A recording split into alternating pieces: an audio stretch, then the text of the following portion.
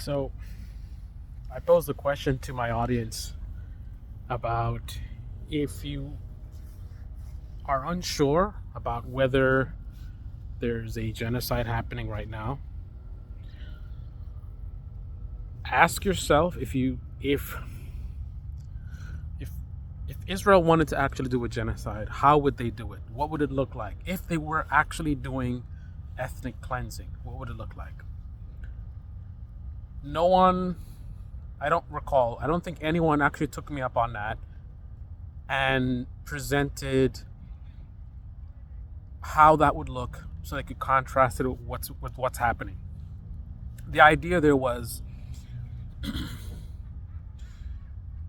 if you are unable to present what a genocide would look like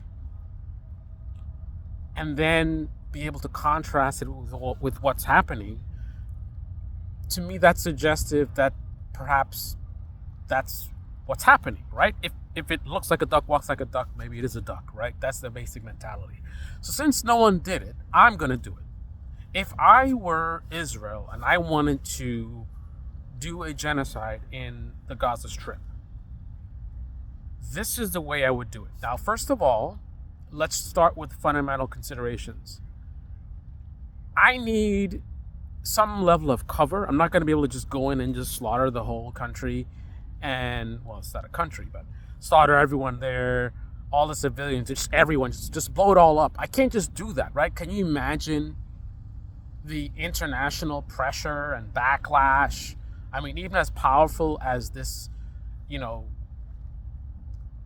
cult-like connection that the United States has with Israel, I don't think it could withstand that level of carnage, right?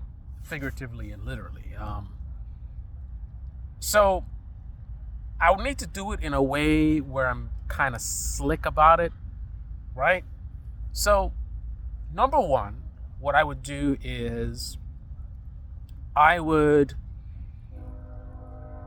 think the war on terror type rhetoric is really good for this. I think some of the drug war stuff is good as well, right? Because it's kind of ambiguous. You set a goal that's not really clear, right? Because I need something that I can justify. Number one, I want to kill a lot of people in the Gaza Strip, right? And there has to be some kind of reasoning behind it other than like, no, it's not a genocide. Right? I don't want people to think that, right? So a war on terror type rhetoric would be perfect, right? We have to shut down Hamas or whatever, right? Like, what does that really mean? Are you going to identify every member of Hamas and kill every single one of them?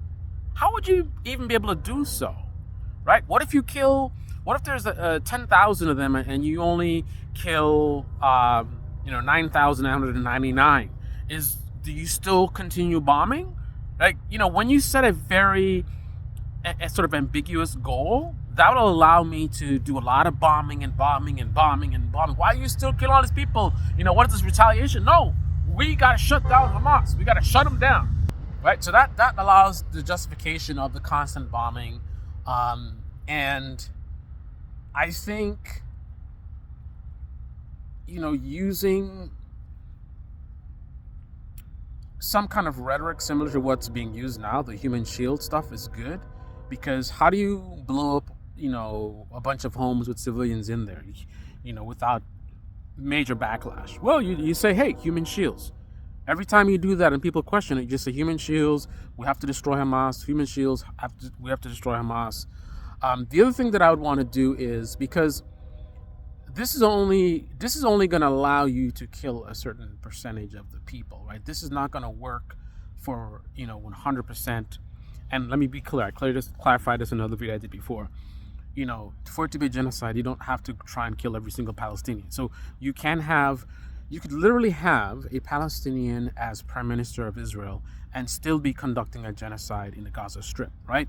Because you're not, in this instance, you may not be trying to kill every single Palestinian, but you're specifically targeting Palestinians within that area, the Gaza Strip. But anyway, there's going to be a limit to how many people I can kill with just like bombing homes and saying human shield, we have to shut down Hamas. So, and if I'm just gonna warn you guys, if you're kind of a little bit more on the sensitive side, some of the stuff might be offensive, but I'm being raw here and just fully transparent. If I was to adopt that kind of a savage mentality of I just want to wipe out all these people, I might adopt a similar strategy as, dealing with an infestation, a pest infestation, right? Where it's really, really bad, right? So the bombing takes care of a lot of them, but then you have a lot of them that are still going to be alive, and you want to get them all. So you need to use, is kind of you're hitting them from different levels, right?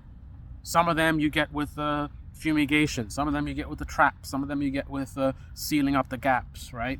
So the way that you can get a higher body count, and provide some level of cover is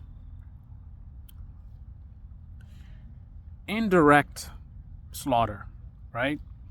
You cut off the electricity, cut off fuel and supplies, right? So essentially you're starving them to death, right?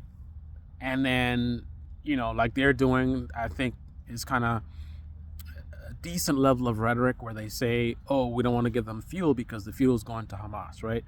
So again, you can shut down anybody challenging what you're doing. Oh, you have these answers, right? But that's a way that you can starve, because they're already struggling as it is. You cut off their fuel, you cut off their excess supplies, then your body count is going much higher than the bombs, right? But one of the most effective sort of passive slaughter techniques that you could use would be, you gotta hit them at the heart, right? Hospitals.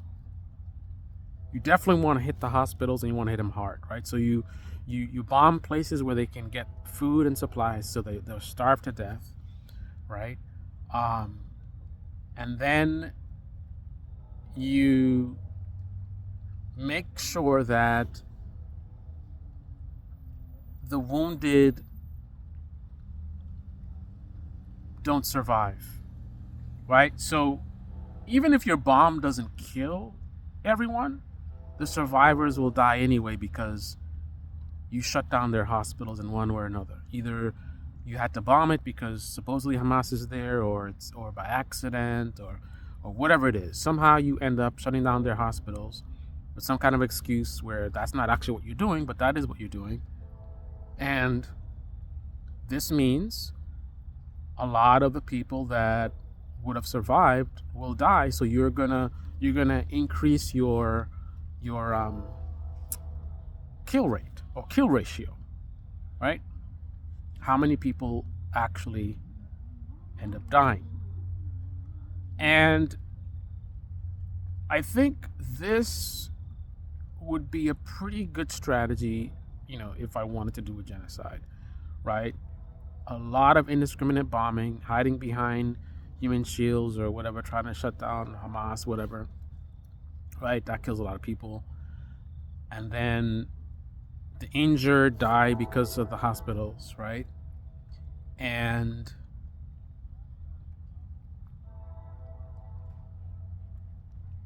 even after you stop bombing, it's almost like in a way, like a nuclear bomb, where, you were so far away from the blast that you didn't get impacted by the blast directly at all.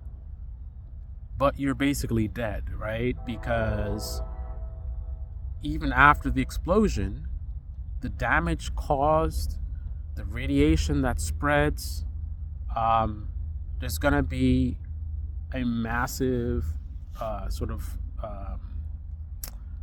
amount of deaths that are not directly related to the actual blast itself, right? So people that are killed not by the bombs or the bullets, but by, basically starving the population, figuratively and literally, right?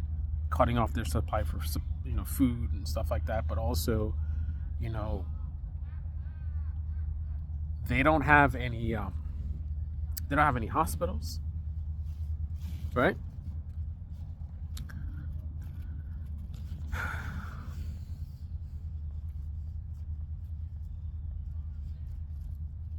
I can't think of any better way. Let me think for a second. I mean, I think that pretty much covers it all, right?